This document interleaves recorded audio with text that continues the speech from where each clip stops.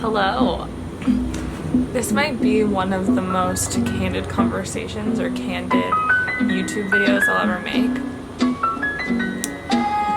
or I have ever made, but I just felt like I needed to get this off my chest or need to get this off my mind.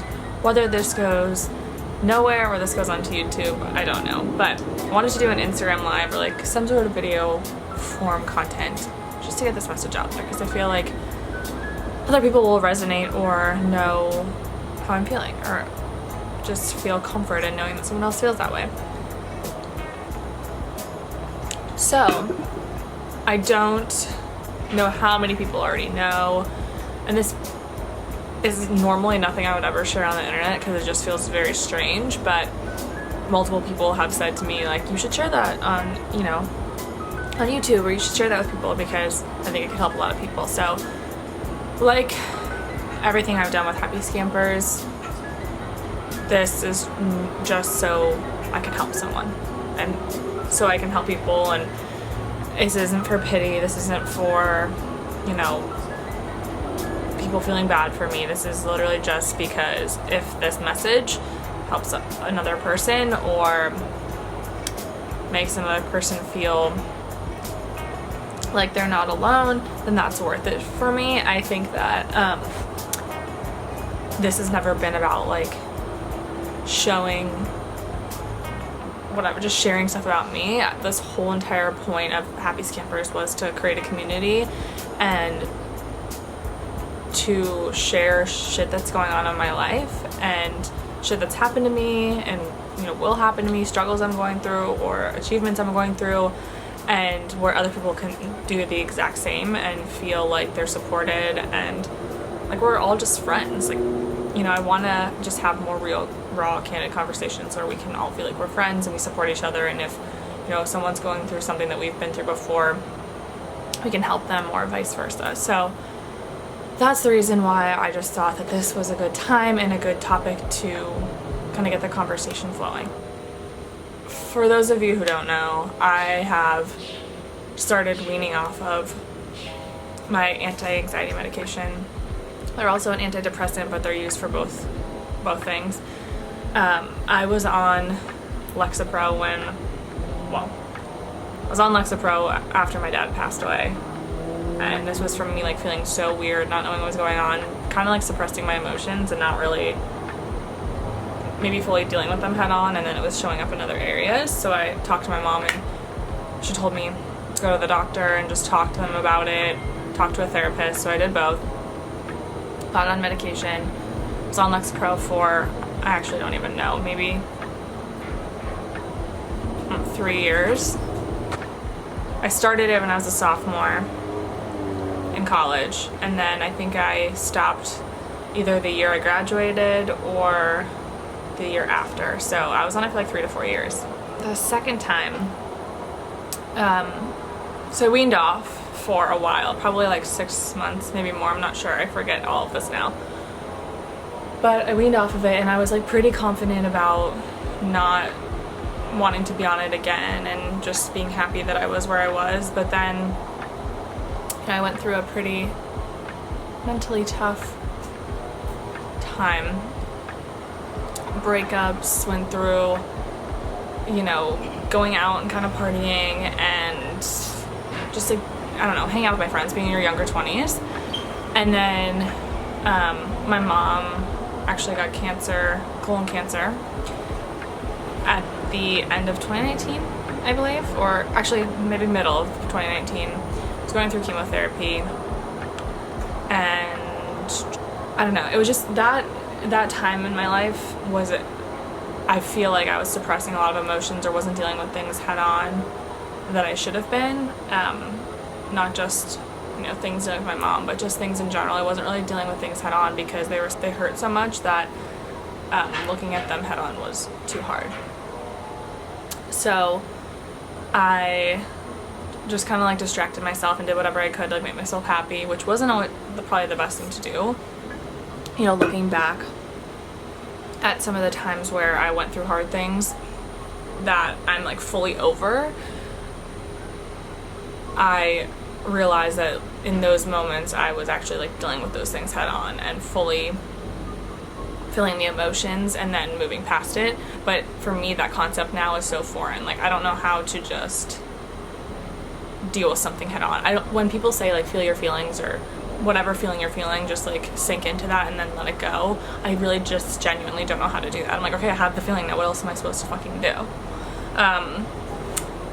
But it's a concept that I've been recently coming back to. An example of a time I've done this in the past would be when in high school, when I moved to Las Vegas with my family. The company that my dad was working for put us up in a hotel for 2 months while we looked for a house. And I remember being so excited to move to Vegas, but when we got there, I was so miserable and so sad and just wanted to go back to living my normal life with my friends where I was comfortable. And for those 2 months, it was in the summer, I had no friends, we lived in a hotel, we were in the middle of the desert, so I basically just like hung out with my mom, or I think I probably visited friends. But I was going to be a junior in college, or sorry, in high school, so it wasn't like I don't think I drove yet, so I didn't really have many things to occupy my time. Those 2 months for me, just like all I can remember is just like laying in bed watching reality TV. I'm not kidding. Like I just laid in bed and I would turn my lights off and I would sleep in till 11, noon, and then just like watch TV all day long. And my parents were probably like, this girl is crazy or out of her mind. Me really feeling those feelings and like just knowing how bad it sucked, knowing how bad I felt, knowing how sad I was, knowing how much I missed my friends, and just really like leaning full into that and just being sad for a bit is why it was such an easy transition for me once I did start to make friends there, and why I grew to love it, and why I never think about it being hard at all. My mom always feels bad for moving me around when I was growing up, but I never think of it as like a miserable thing. I think of it as like a really great thing. I made new friends.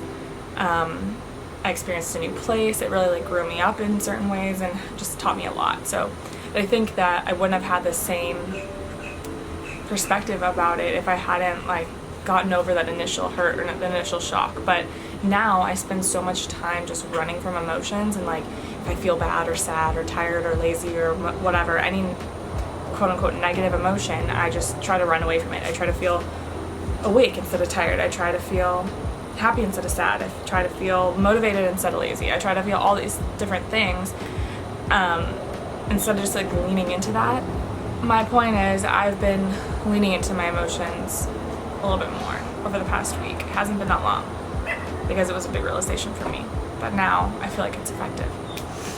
Anyways, around 2019, my mom was going through chemotherapy and healing from colon cancer, and this is the 3rd time she's had cancer in her life and in my lifetime. So it was really hard for me. I think it was harder than I was willing to admit, because in the back of my head I knew she was going to be okay, but I think I was so terrified because I had already had a parent pass away. I'm an only child.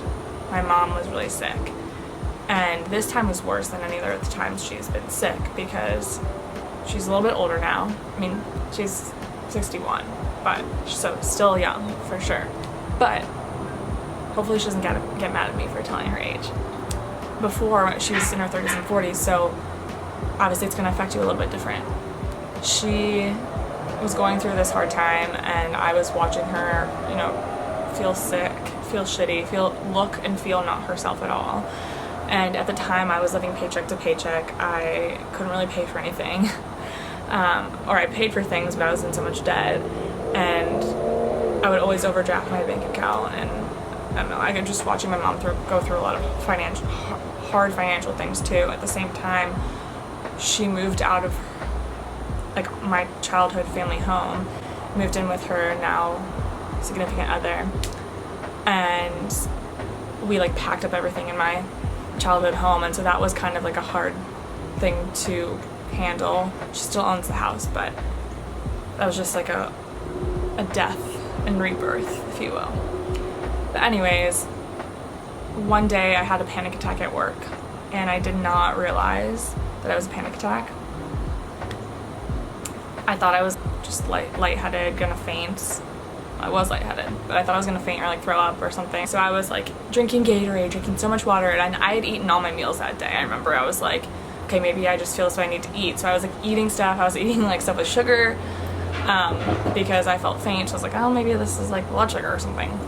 But I was trying to make myself feel better. I'd eaten all of my meals, so I knew it was fine. But like I went and told one of my friends, and she gave me, I think she either gave me like a vitamin water and like candy or something like that, but she brought me over to her desk and gave me food. And then she had one of the ladies from HR come and get me, and she took me down. She's like, I just want you to be safe. So they took my blood pressure, they took everything, and I was just like literally seeing stars. Like my vision was going blurry, everything was blacking out, and I was like sweating, thought I was gonna faint. Like literally felt like I was gonna die. That's dramatic, but I just felt very, very off. And as all these people were crowding around me and like asking me like what my symptoms are, how I feel, and as you know, they're saying that they're gonna get like a medic, so they're gonna get a literal ambulance to come and get me, and the ambulance showed up at work. So I'm panicking even more from that. But anyways, my roommate at the time came and picked me up from work because they were worried about me driving. So I went home and just rested, but then I went to the doctor to like test all my levels, and I just tested all these levels to see what it could possibly be, but everything came back normal. So the doctor said, maybe this is stress. Are there any stressors that are going on in your life, or is anything happening that may be causing this? And then I told her what was going on in my life, and I started bawling, crying, and she gave me a hug. She was so sweet and so like kind and nurturing. But I didn't want to admit that it was like stress because I didn't want to go back on medicine. So I just went home. I was convinced there was something else wrong, and then I kept having little episodes like this, smaller ones, but kept having episodes like this pop up, and finally I was like, okay, this is weird. So I went back to the doctor. She put me on anti-anxiety. Anyways, I've been on this for about 2 years now, almost 2 years. And I'm weaning off, and I'm almost done with that. I have like this bottle, and then I'm done. And over the past few weeks, maybe 2 weeks, 3 weeks, it's been a lot more intense.